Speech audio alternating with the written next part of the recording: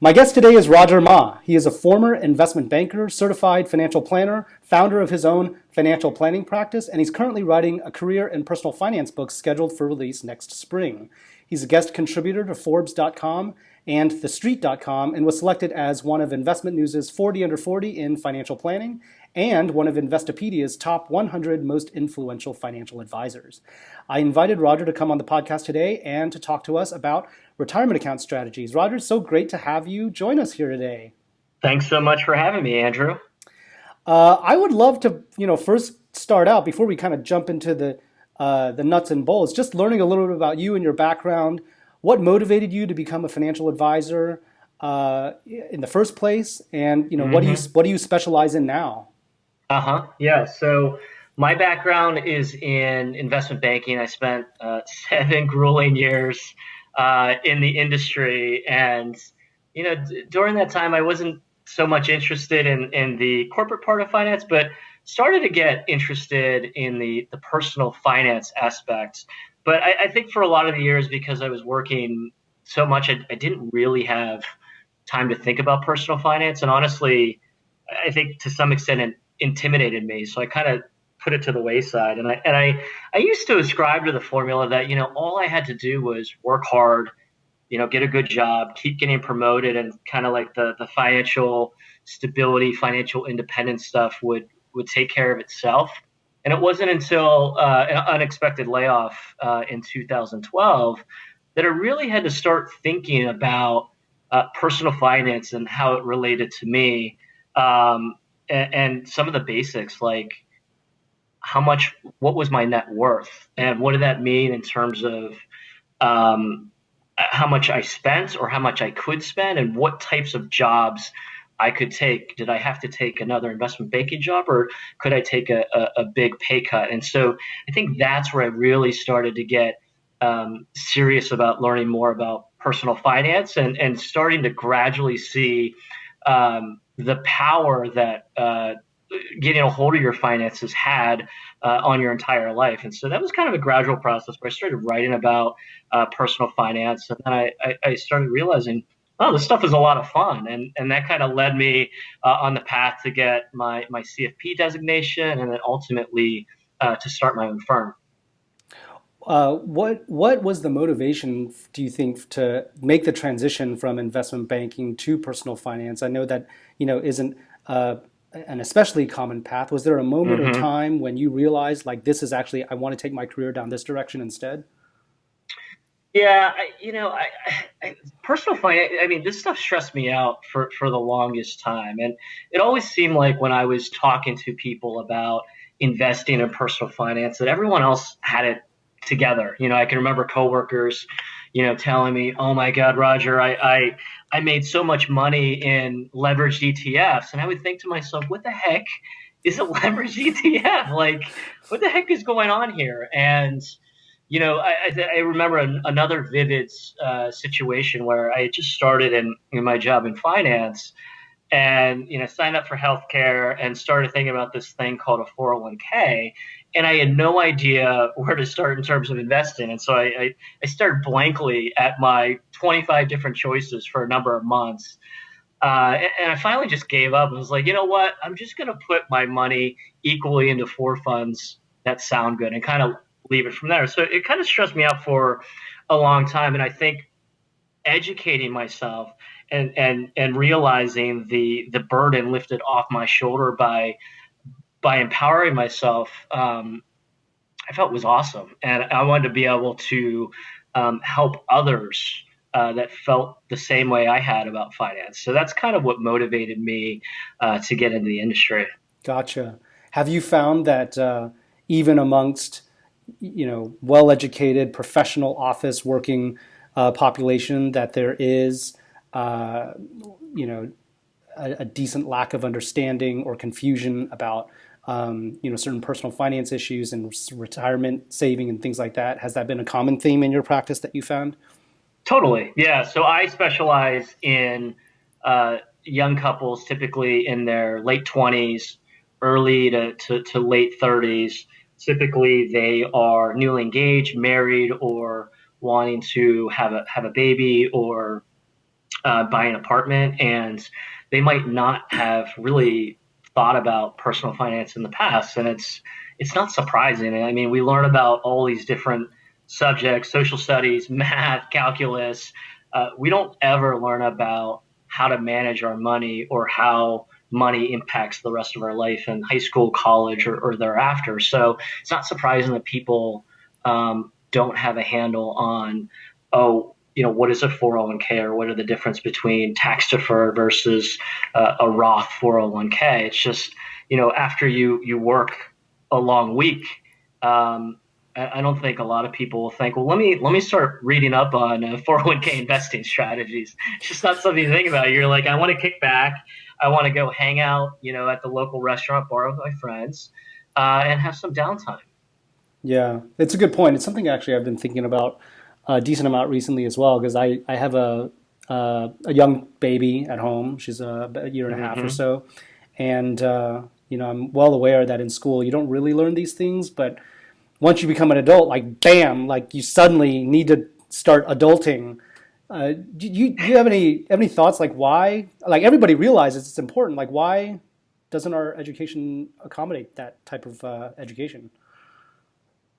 Yeah, that's a good question. I have no idea. I think there's more and more states that are requiring some personal finance education at the high school level, but there might just be 7 to 10 out of the 50 that are requiring that. And the type of education that they're requiring could be in a lot of different forms. It might just be, a 6 session, very basic class. So I don't know why it doesn't exist at the high school or college level, but I think those that are proactive about learning about it, even in college or in your early career, it can have a huge difference on the trajectory of your life.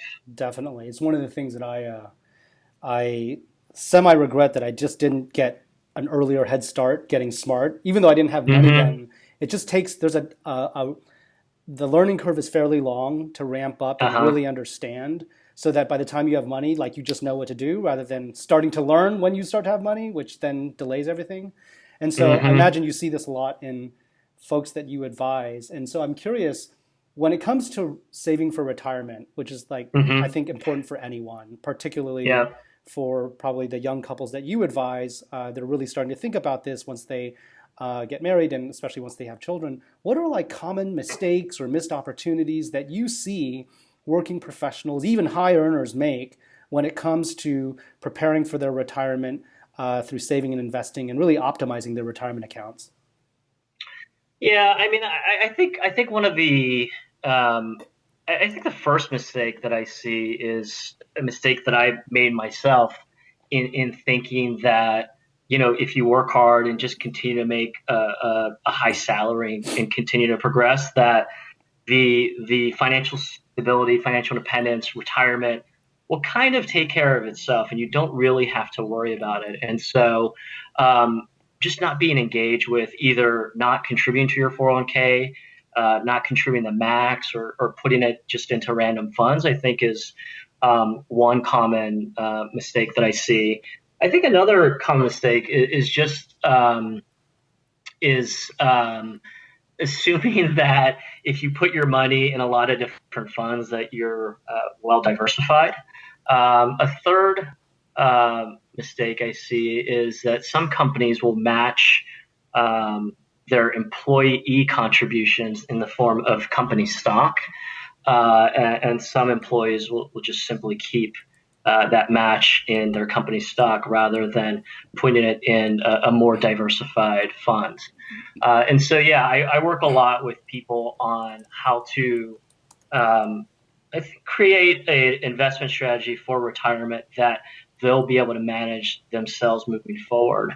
But the way that I frame it to them, I think retirement is kind of a stupid concept. And when I was doing research, I'm in the process of writing and publishing a book.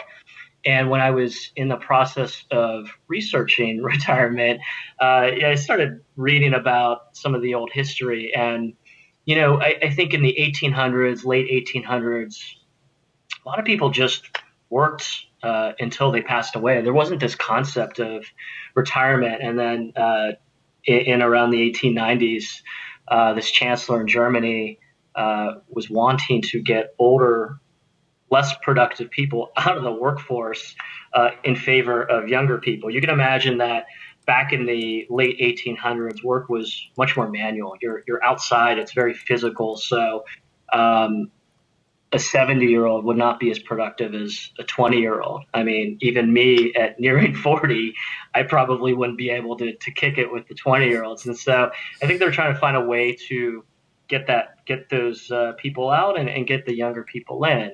But the thing is, like, even when you did retire, retirement didn't really last that long. So I think only in the mid 1900s, late 1900s, have life expectancies gone up. Standard retirement age has stayed around 65, 67, and now we have this expanding length of time that we know is retirement, where we're taught that it's going to be this awesome time where we do nothing but sit on the beach or play golf, and it's just amazing. And that doesn't really fit with me or a lot of people that I advise. A lot of people that are in hardworking, driven careers. It's not natural, and I just don't think it's going to happen that you work 60 to 70 hours a day, and one day you say, oh yeah, I stop, and I'm just gonna love doing nothing. It's just not it's not natural. And I was in Seattle a couple months ago talking to this guy that had recently retired. I think he had retired a year before, and he started driving Uber, and I asked him why he started doing that. He said, I just got bored. I was doing nothing. I was watching TV, and I just felt myself wasting away. So now what I do is I drive 4 hours a day. I don't really need the money, but I do it for the engagement. And I think that, you think about those dynamics and how easy it is now to start a business, work on your own and things like that. I think a lot more people will be working in their 60s, 70s, and trying to find work that they want to do rather than retiring completely. Sure, for sure. You mentioned that one of the mistakes is that people will sort of just put their money in random funds or think that if they put it in a few funds and they're diversified. If that's the wrong way to do it, what's the right way to do it? I think it depends. I think it depends on the type of accounts that you have. If you just have a 401k, that's one thing. I think it depends on where you are in your investing career. Did you just get out of school? You just have a 401k, or you have a Roth account outside of the 401k and a taxable account as well. I kind of break it down for my clients into 3 different structures, and it kind of depends on number of funds and complexity as well. So I think the easiest investment structure is having simply a target date fund. And that could be, you've seen this with Fidelity, Schwab, Vanguard. It's some variation of some date target retirement fund. So like the 2050 target retirement fund, which will have a mix of probably 3 or 4 different funds and be allocated to some percentage of stocks and bonds based on that target retirement fund. That fund will take care of ongoing rebalancing, and then as you get closer to whatever retirement date you chose, it will make sure to decrease the amount of stocks you have and increase the amount of bonds, thus decreasing the risk or the variation in your returns from year to year. And so I think that's the simplest way to get started and still have a well-diversified portfolio. And I think a target date fund is great for someone that is simply starting out and just has a pre-tax or Roth 401k and no other accounts. The second structure I talk about is the 3 funds portfolio, and I know the Bogleheads talk about this a lot. It's having a total domestic stock funds, total international funds, and a total bond fund. And the way that I talk about it is you might have just money in your 401k, or you might have multiple different accounts, whether it's a 401k and a taxable account. In this second structure, use the same three funds, same allocation in your 401k and let's say it's your taxable accounts. And then the third structure I talk about is a variation of that three fund portfolio, where I call it the asset located portfolio, where you're using the same three or four funds to get whatever asset allocation you're trying to target. But you may not have the same asset allocation in your 401k as your taxable account, because some investments are more efficient in a taxable account than others, and that's where you might have a lot of your total stock or total international stock market funds in your taxable account and put more of your bond funds in your 401k. And so that's kind of how I break it down in terms of easiest is just using one fund, and you don't have to do any of the rebalancing. The three fund portfolio, you're expanding it to three funds, but you have the same asset allocation in each account. So it's pretty easy to remember. And then the most complex is using a three or four fund portfolio, but having different allocations in each of your accounts. So it's super tax efficient, but it's going to take you a little more brain damage to, rebalance on an ongoing basis. And so I tell people that you're trying to balance efficiency and simplicity. So the most simple investment strategy, the target date fund, it's going to cost a little more, which it's set and forget it. The asset located fund, you're using more funds, and you're probably having a rebalance in a spreadsheet or trying to figure out how much more total stock market do I need? But it's the most tax efficient, and you're paying the least amount of fees. And I think when people are trying to think about which strategy is right for them, they have to be honest about, well, how much do they like this stuff, or how much do they want to be involved in the day-to-day, and how important is it for them to know that they have the most efficient portfolio, they're paying the least amount of cost. That's really good advice. And I like that three structures, kind of like depending on how comfortable you feel being active in managing your portfolio. One question I had is what is the actual expense ratio diff between a target date versus doing the three fund portfolio, like the Bogleheads advice? Yeah, I'd say target date fund is typically under 20 basis points. I think Vanguard's is 0.15 or 0.16. And then if you do the three fund portfolio, you're getting it down to about 0.08%. 8 bips. Got it. So it's like double. That's kind of the rough mental shortcut to think about it. It's about double, but you talk about 8 versus 15 basis points. We're really talking about small numbers here. Yeah. If you, for the investor who wants to do the third bucket, so they want to be tax efficient, but they want to do and they want to do the three fund portfolio. What are best practices that you would advise for making sure that you rebalance regularly, smartly? Is there a mental checklist that you have, or that you would suggest to somebody who wants to take that approach to make sure they're not just silently letting their portfolio drift out of proportion? Yeah, I mean, I think that in terms of rebalancing, I don't think there's a one size fits all. I think you could either do it time based, whether it's annually, semi-annually, or quarterly, or you could do it value based and say that, okay, my target asset allocation is 90% stocks and 10% bonds. If that proportion drifts more than 5%, so if it drifts to 95.5 or something like that, that's what I need to rebalance. And again, I think the value based approach is a little more hands-on. It might require you to look at your portfolio more. If you're someone that wants to do that asset located portfolio, you might be someone that naturally wants to look at your portfolio, or is into getting to that efficiency. But I think that it's fine to rebalance quarterly or semi-annually.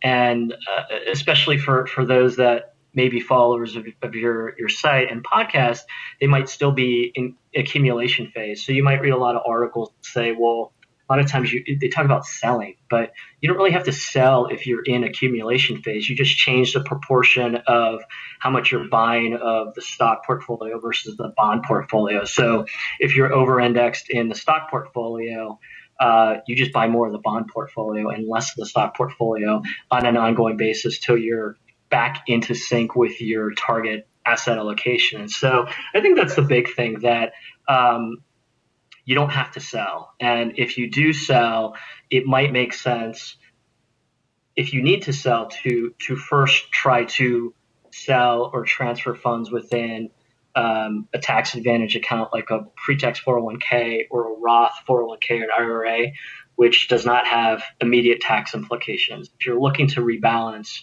in a taxable account, you might have immediate tax implications in terms of having to pay capital gains. Got it. Yeah, it's good advice. Do you, I haven't come across this, but I was curious, are there like alert notification services or features that can alert you when your portfolio drifts out of, outside boundaries that you predefine? Not that I know of for the consumer. Yeah, I think some advisors may have some software that does that for them, but for consumers, I haven't seen anything like that. got it. That seems like it'd be useful. Yeah. Okay, cool. So you're right that most of the folks who are going to be listening to this podcast and who follow Hack Your Wealth are more in the accumulation phase. And so, they're kind of clocking and earning a good salary. And so there's not maybe a whole lot of variance that they might do on a year-to-year basis when it comes to optimizing their retirement accounts. They'll just contribute. They'll maybe rebalance quarterly or annually. But sometimes there will be these milestones in one's life where there is a special opportunity to optimize a retirement account. And I guess the way I've thought about this in the past is like when your income takes a sudden drop or when you have a life event that happens, there may be a special opportunity to do some special optimization. And I was curious, from your perspective, what are the milestones that you would encourage folks to keep in mind so that when they come, they can remember to do some retirement account optimization? And more importantly, what exact steps should the person do in that situation? Yeah, I mean, I think anytime that someone is earning a high income and they enter a year where they're expecting to make significantly less money, whether it's because they decide to pursue a graduate degree, they decide to take a break from work, what have you. I think that's a great opportunity to take a look at your portfolio to see, what tax bracket do I think I'm going to be in for that particular year, and is there an opportunity to convert some of my pre-tax retirement monies into Roth monies to pay either a low tax rate or no tax rate. And if you do have earned income in that year for that low tax bracket year, does it make sense, if I've been contributing all along on a pre-tax basis, to actually contribute to my retirement account on a Roth basis? Because that the immediate cost to me in terms of having to pay taxes today will be much less because I'm in a lower tax bracket versus when I was making more money. And then I think the third thing is, again, in looking at the tax brackets, that I think often people think about capital gains rates in the 15 to 20%. But if you are in a very low tax bracket, there are situations where you might pay 0% capital gains for increases in your taxable account. And so, again, if you are in any of those situations, it may be interesting to look at holdings that you have in your taxable account that have gained in value, and to actually sell those, get the free 0% capital gains, and rebuy them back. So then you've effectively, I think people call it like stepped up your base without having to pay any taxes. And no wash sale problems in that scenario, right? So wash sale only occurs if you're selling at a loss. In this case, you're selling at a gain, so you could buy it back immediately. Yeah, that's one of the beautiful things. So just so that a listener or a reader who is not intricately familiar with the exact steps. Could you, if you were explaining this to somebody who had never heard the strategy, but they understand it conceptually, what are the exact steps that they should be doing to implement this? Let's say, so last year, you have a client who was making high salary, and then this year they go to grad school, so salary goes to zero, and they want to take advantage of exactly what you just said. How should they be doing the actual calculation to make sure that they're optimizing every penny?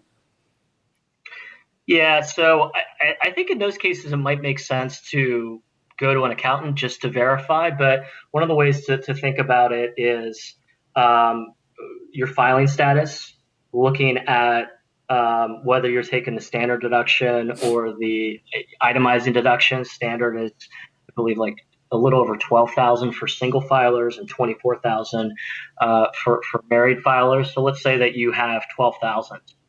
Let's just keep it simple and just take advantage of the standard deduction.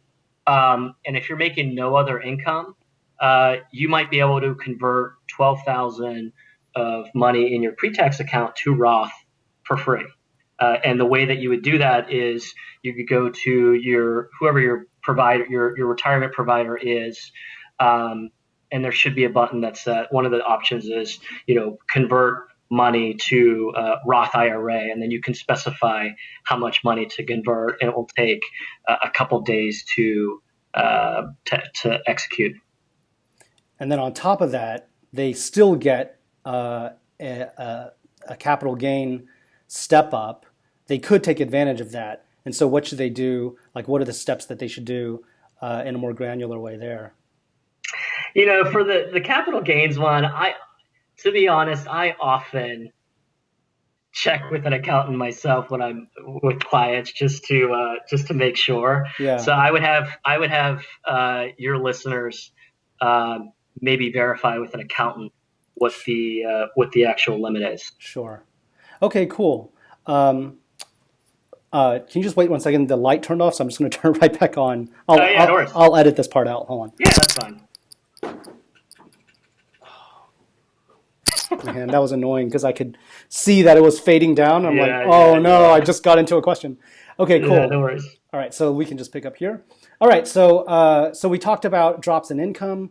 Are there other milestones that are noteworthy that folks should keep in mind where there's maybe a special opportunity to optimize?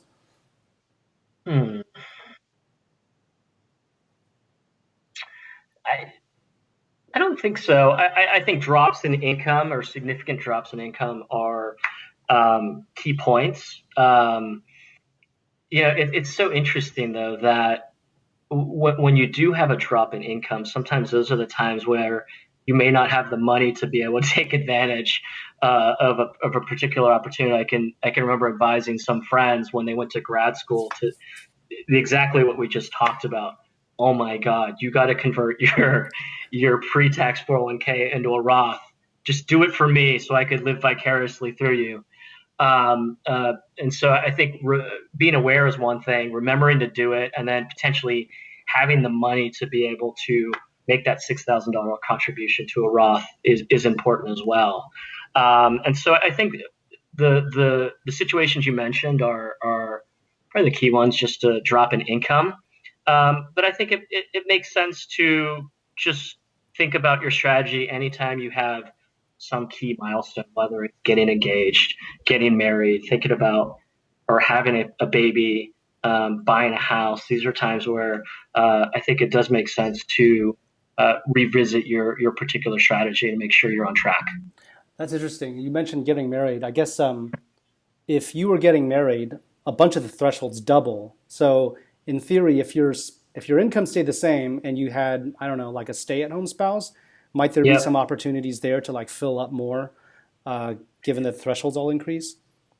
Yeah, there could be some opportunities there. I think from, oftentimes for the engaged and married standpoint, I think a lot of the value actually is just organizing and making sure that each of the partners is on the same page. They've probably been managing their finances very individually, just like accumulating random accounts. And so I think once they get married, it gives them an opportunity to say like, hey, what the heck do we even have available?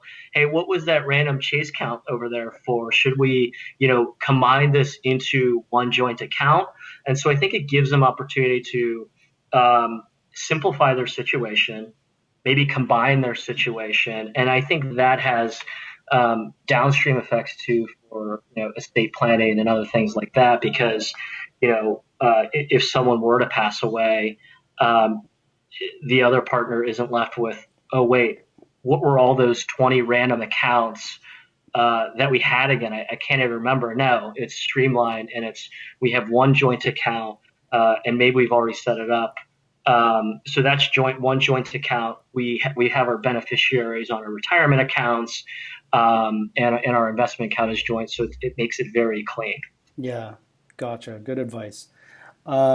Okay, so in the end of 2017, there was a big tax change that was pushed out by Congress, signed into law by the president, the Tax Cuts and Jobs Act. It was a very consequential tax reform bill, and most of it went into effect in 2018. Mm-hmm. Are there any important or notable strategies that retirement account holders should be aware of or thinking about to take advantage of following the tax reform bill that came out? Honestly, there hasn't been any change to how I work with clients on retirement. I think it's continuing to use low-cost passive investing, try to be as tax efficient as possible, and then focusing on tax diversification as well. And so not concentrating all your money in a pre-tax account, but making sure that we're being deliberate about trying to get money in Roth as well and taxable. And a lot of times to get money in the Roth, we're relying on either mega backdoor Roth strategies or regular backdoor Roth strategies.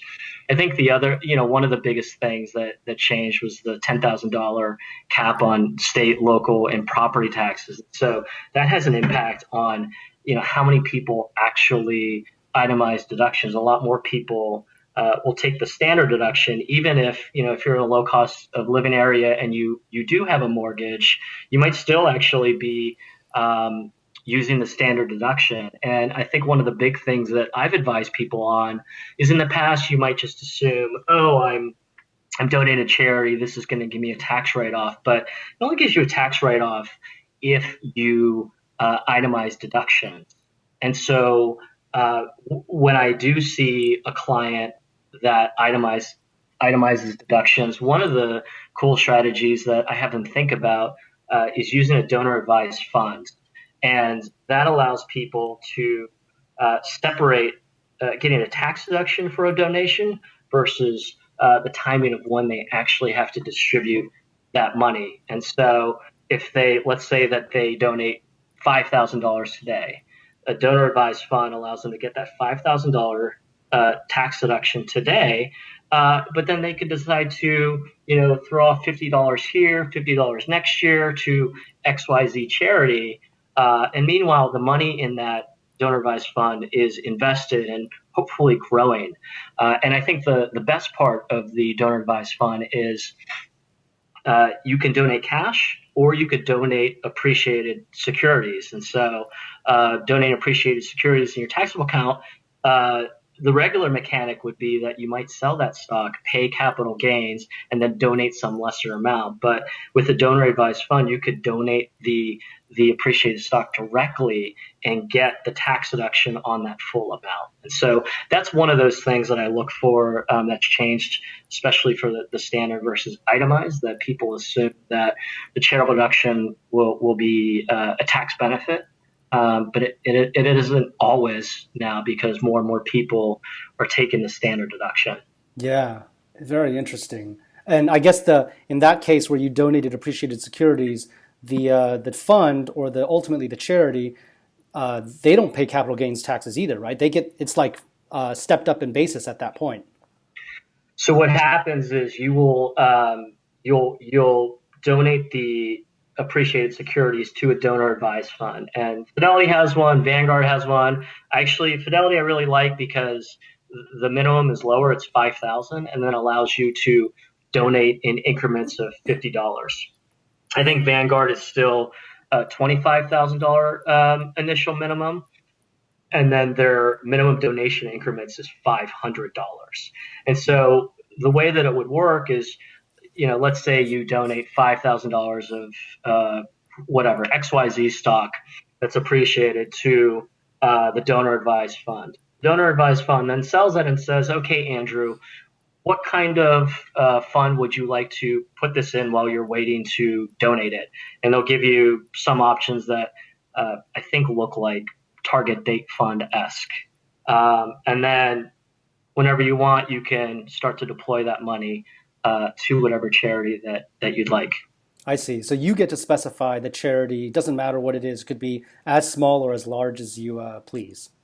I think as long as it's a qualified 501c3. Yeah. Sure. I see. And so to access these donor advised funds, you would do this typically through your standard brokerages like a Fidelity or a Vanguard?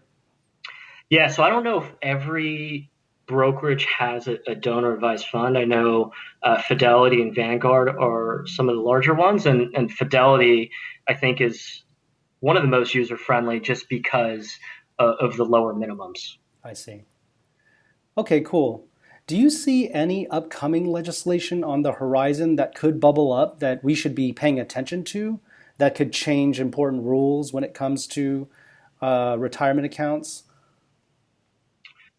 I'll be honest, I haven't been the best about keeping track. I thought I saw something on raising the age of required minimum distributions. I think there's been some other stuff here and there, but it didn't seem like it was getting into the serious territory, so I kind of tuned it out, honestly. Gotcha. Okay. So a bunch of my listeners and readers are folks who are, aspiring to FIRE. There's this whole movement around FIRE, financial independence, retire early, which is basically retiring before your traditional retirement age of 65. So that might be in your 50s or 40s or even 30s, and in some really extreme cases, even in your 20s. And I'm curious, do you have any recommendations for ways that folks who have early retirement in mind, what they should be thinking about in terms of saving and investing, how they should be thinking differently from, say, somebody who simply plans to retire at your typical, 65? Yeah, I mean, I think that anybody on the FIRE movement has probably followed and knows a lot of the different strategies. And, I think what I've seen from the FIRE movement is that when someone gets on the FIRE path, they're like, all right, I got my number. Here's my burn rate multiplied by 25. I just got to reach that and then I can leave. But I think what happens is on that path to getting 25 times your burn rate, or whatever you're using, the 4% rule or 3% rule, I think something changes in their mentality and think, well, my job isn't as bad as I thought it was. It actually is quite good. I don't know if I want to retire. And what I've seen from a lot of the more vocal FIRE proponents is that they end up not really leaving their job, or if they do, they get another, position that pays. And so they're not really withdrawing money at all. And so I think what I'd ask myself, if you are on the path, is why are you on the path? And what is FIRE going to allow you to do once you get to the end of the rainbow that you can't do now? And a lot of the times I feel like it's not much. And I sometimes feel like people use FIRE as a risk-averse way to make a job change. And what I want to tell them is you don't have to wait so long to be able to make that change. I don't think you need that much money to make a job change or make a big change in your life. And so, yeah, I would tell listeners to just get clear on why they're on the path, what FIRE is going to get for them, and what is life going to look like when they actually FIRE. Yeah, there's definitely a mindset thing that is important to get clear on your why, for sure. So definitely something to think about. One thing I sometimes think about in particular, though, is that if you have gotten clear in your head and you know that there is a, um,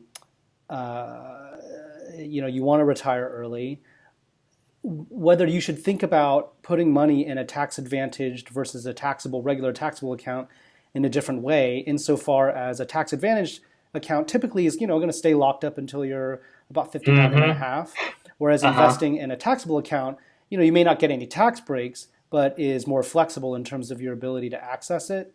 And so um, I think the the kind of traditionally prudent investor will, max out their 401k every year, maybe even max out a backdoor, an Mm-hmm. after-tax IRA to do a backdoor IRA, and then maybe they won't have a ton left over for much, or maybe they will. I don't know. But it's kind of like you can develop this kind of reflex of just max it out, and they're all tax Mm-hmm. advantage, and they're all locked up till you're Totally. 60. Uh, is there any different way of thinking that you would advise if you already had it clear that you were going to Yeah. retire early with regard to how you allocate your money in this way? Yeah, I mean, I think whether you're thinking about retiring early or not, that I would be cautious about putting all your money into a pre-tax retirement account. I've seen a lot of clients in their 60s and approaching the RMD age of 70 and a half only have money in a pre-tax account. And then we start looking at what the RMDs are going to be. Um, uh, their Social Security is going to be taxable. They might have some other fixed income as well. And while they were accumulating, put this money in, they thought, oh, well, my tax rate's going to be lower in retirement. And with these requirement distributions and other fixed income, it gives you much less control over being able to control your tax bracket in retirement. And so, you know, as an ideal metric, I say it would be great to target a third, a third, a third in each bucket, a third in pre-tax, a third in taxable, and a third in Roth. I know that's not often realistic just because most people don't either have the cash flow or the tools in terms of the mega backdoor Roth or regular backdoor Roth to be able to get to that a third, a third, a third. But I think that type of tax diversification gives you more options, whether you retire at 40 or decide to retire at 60.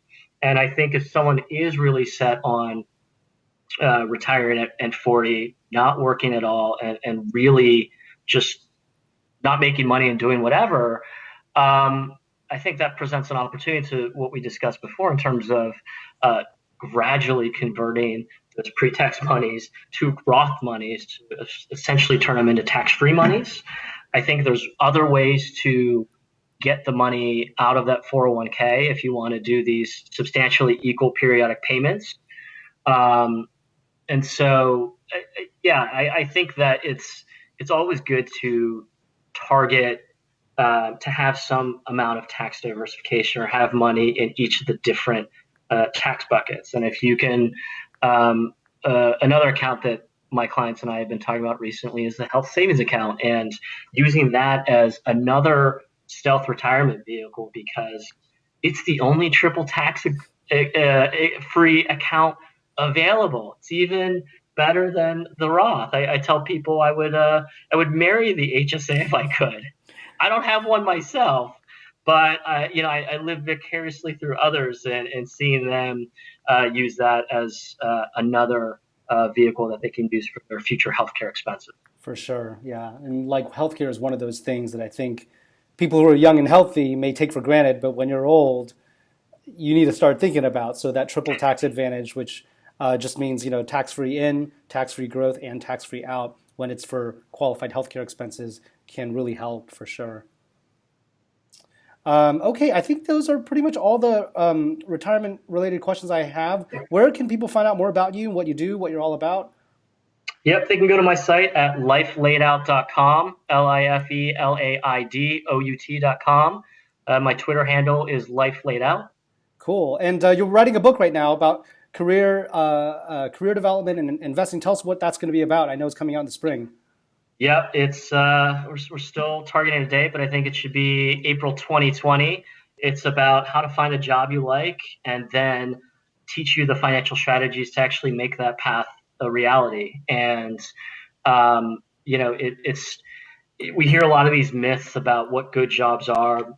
I used to think that good jobs were very high paying jobs. You work for a prestigious company. And that didn't prove true to my life. And then you have other myths where people say, just do what you love. But doing what you love may not pay the bills. So how do you reconcile those two thoughts? And that's what I try to do in the book. Very cool. Very cool. Well, definitely, I hope folks check it out. One thing I was reading in prepping for this interview, I was reading some of your past articles, and one thing that caught my eye, I'd love to actually, I just remembered, I wanted to ask this, and I forgot to do it earlier, but one thing that caught my eye, I thought was super interesting, is that you joined the AARP a few years ago, which is uncommon for somebody who's millennial-ish professional. What was your rationale, thinking, and what does it do for you? Do you recommend it, etc.? Yeah, I was booking a hotel. I was booking a Hilton hotel to Houston, and I used a standard rate. You could use advanced rates. You see all those different things. And one day I saw the AARP rate, and I was just curious. And I thought, well, how is that different than the Hilton Honors rate that I'm paying? I noticed that it was $16 cheaper or something like that a night. And I thought, well, can I join AARP? And I started doing some online searches and figured out that even though I thought that I couldn't join AARP until I was 50, there is really no age requirement. And it's super cheap. It's $16 a year, and you can add another person that's in your household. So when I joined AARP, I surprised my wife and said, "Hey, Jen, surprise! You're now a member of AARP too. We're part of the cool kids." And so I think hotel discounts is the big one. In Manhattan, you also get discounts. Well, actually, across the country, but I think especially in Manhattan, it might be in other big cities might be more worthwhile. You get discounts, movie tickets at Regal Cinemas. And so tickets in New York are $18 to $20. I think I was getting movie tickets for $10 to $12 through this discount. Nice. And then there's some discounted, I think, restaurants, car rental services as well. The ones I've used mostly are just the movie deal and the hotel deal. But it's already paid for itself. For sure. Do you get quizzical looks when you flash your AARP card at check-in? They actually haven't asked for it. I've been disappointed. I wanted to be able to flash it and have them think for the rest of the day, what the heck is going on? That's funny. Okay, so you recommend it then, if for nothing else, then lower hotel costs. Yeah, I think take a look for yourself. There's a number of different hotel chains that are available, and see, one, if you stay at those hotel chains, and then two, what rate you get now, whether through a preferred member rate or a corporate discount, and then compare it to the AARP rate and see if there would actually be savings for you. There was savings for me, but there might not be savings for everyone. Gotcha. Okay, cool. Good advice. All right, Roger, thank you so much for taking the time to chat with us. Really good advice, and best of luck on your book coming out. And everybody check out Roger's book. It'll be a good one. So thank you so much. Thanks so much for having me. Cheers. Take care.